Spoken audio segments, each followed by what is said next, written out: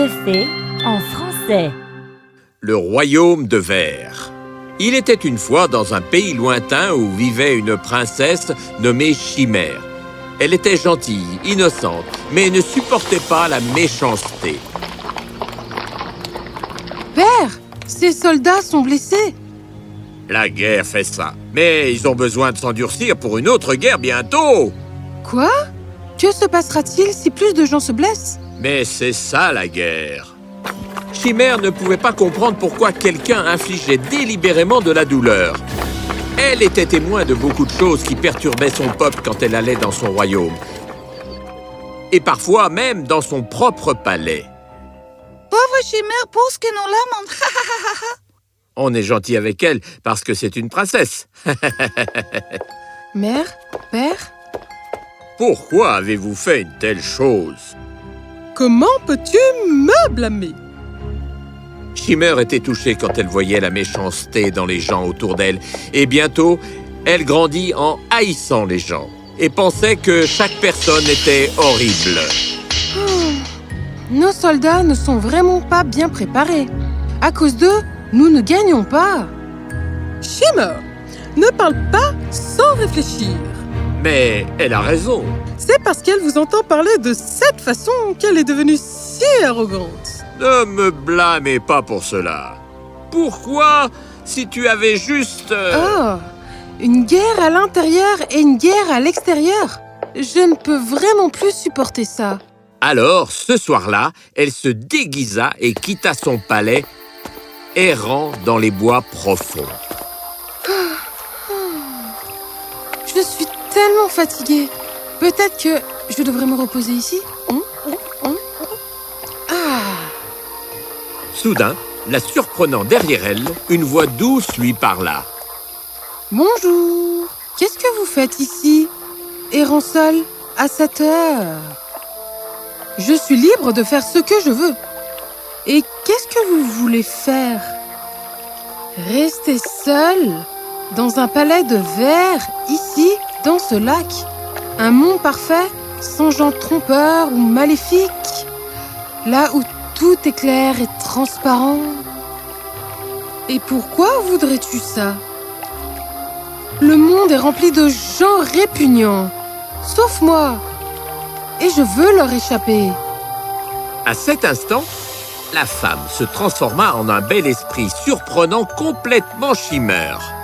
Qui êtes-vous? Je suis l'esprit de la forêt.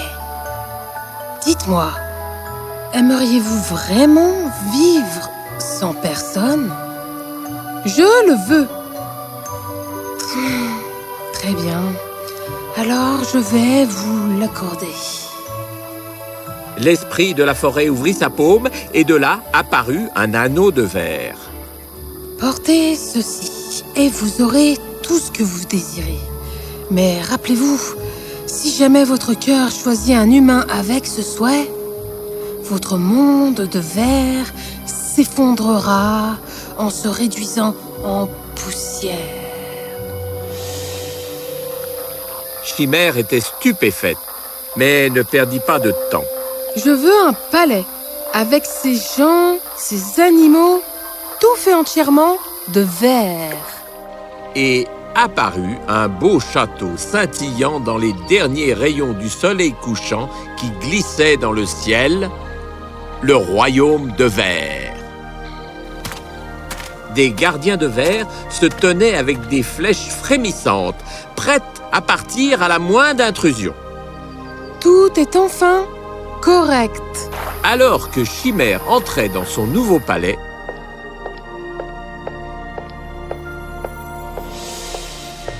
son père et sa mère étaient extrêmement inquiets.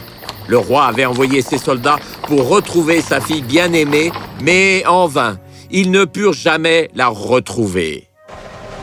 Au cours des hivers, le gel créait des motifs délicats sur le verre, alors qu'au printemps, les couleurs des jonquilles en fleurs et des rayons de soleil doré se reflétaient partout. Le royaume de verre était un régal pour les yeux. Mais il n'y avait pas Dieu pour voir sa gloire, sauf pour la reine. Vous voyez, Son monde de verre l'avait tellement rendue fière qu'elle ne laisserait personne rentrer dans son monde. Personne ne met un pied à l'intérieur. Compris? Oui, reine. Oui, reine. Pourquoi suis-je venu ici? Un périple aventureux, je croyais. Mais maintenant, me voilà séparé de mes soldats. J'ai perdu mon cheval et je suis poursuivi par des voleurs. Qu'est-ce qui va se passer ensuite?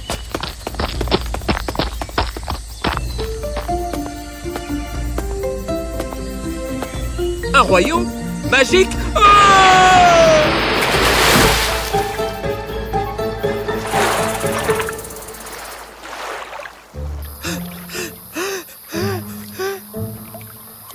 Est-ce que je suis...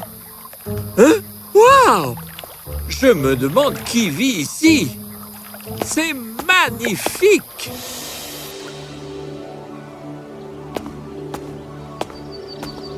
Oh!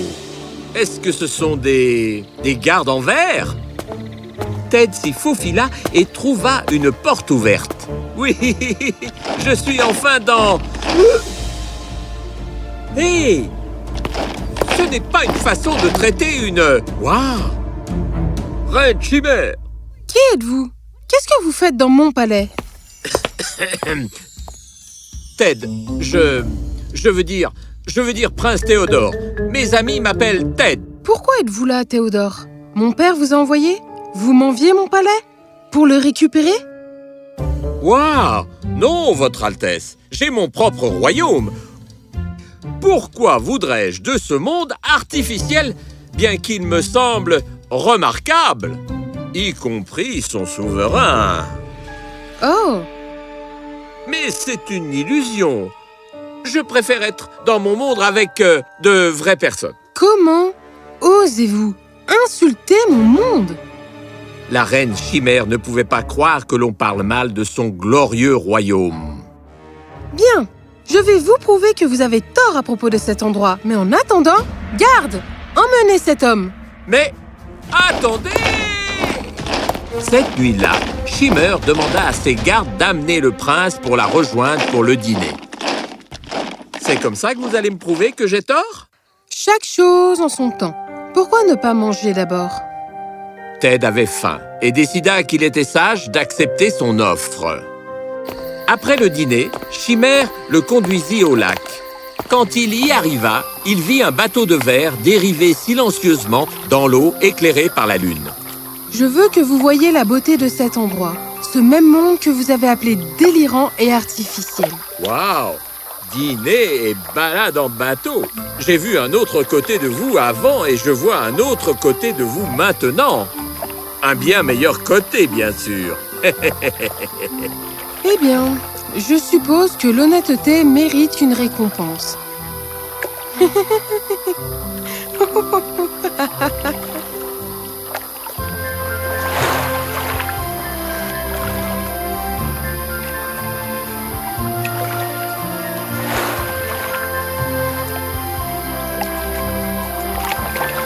Waouh! C'est divin! Donc, vous avez aimé? J'ai adoré! Alors, excusez-vous. M'excuser? Pour avoir insulté mon monde et dit que vous préféreriez être dans le monde réel plutôt qu'ici. Voyez-vous à quel point mon monde est glorieux? Oh, c'est beau! Je n'ai jamais dit que ce n'était pas le cas. Mais il manque quelque chose, ne croyez-vous pas? Comme le vrai plaisir de danser, chanter. Voyez-vous? Bien sûr, je peux avoir mes danseurs de verre pour... Non, pas eux. Des gens réels, comme nous. Venez. Mais je ne peux pas danser. Je vais vous montrer. Et si vous n'aimez pas, je m'excuserai. D'accord? Chimère, qui était d'abord hésitante, commença à danser comme si personne ne la regardait.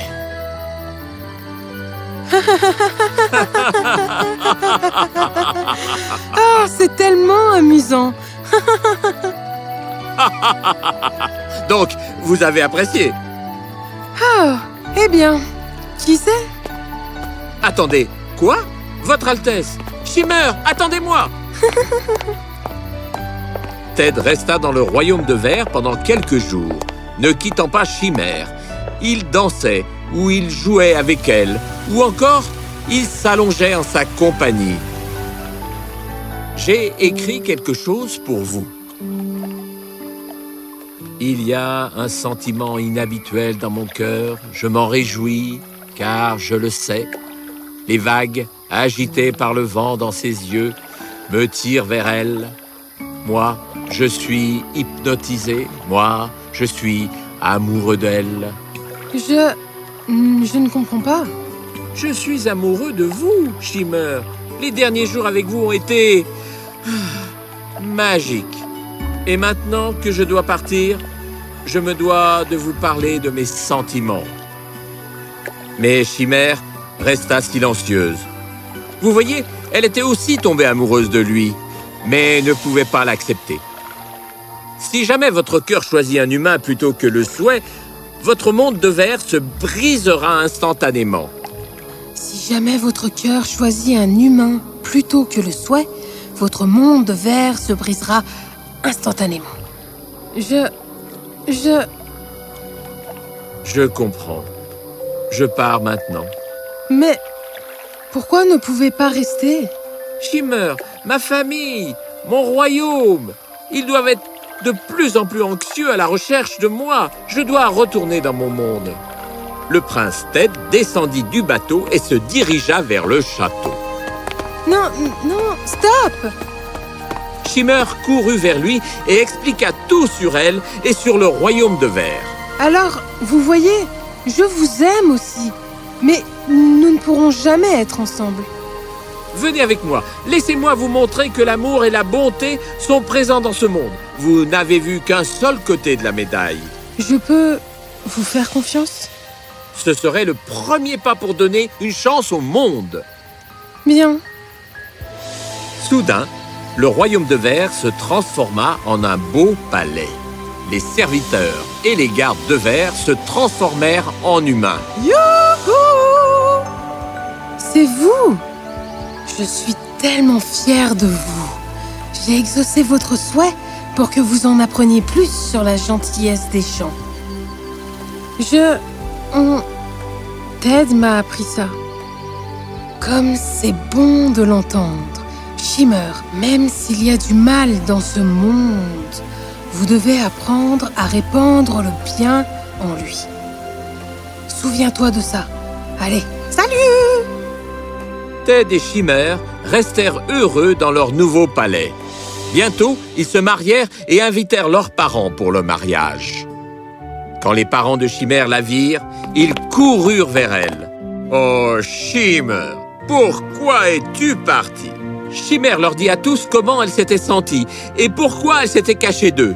« Oh, ma fille, j'aurais dû être plus attentif. Mais maintenant, je vois comment mon comportement t'a chassé. Je vais changer mes façons de... Peux-tu me pardonner ?» Je t'aimerai toujours, père.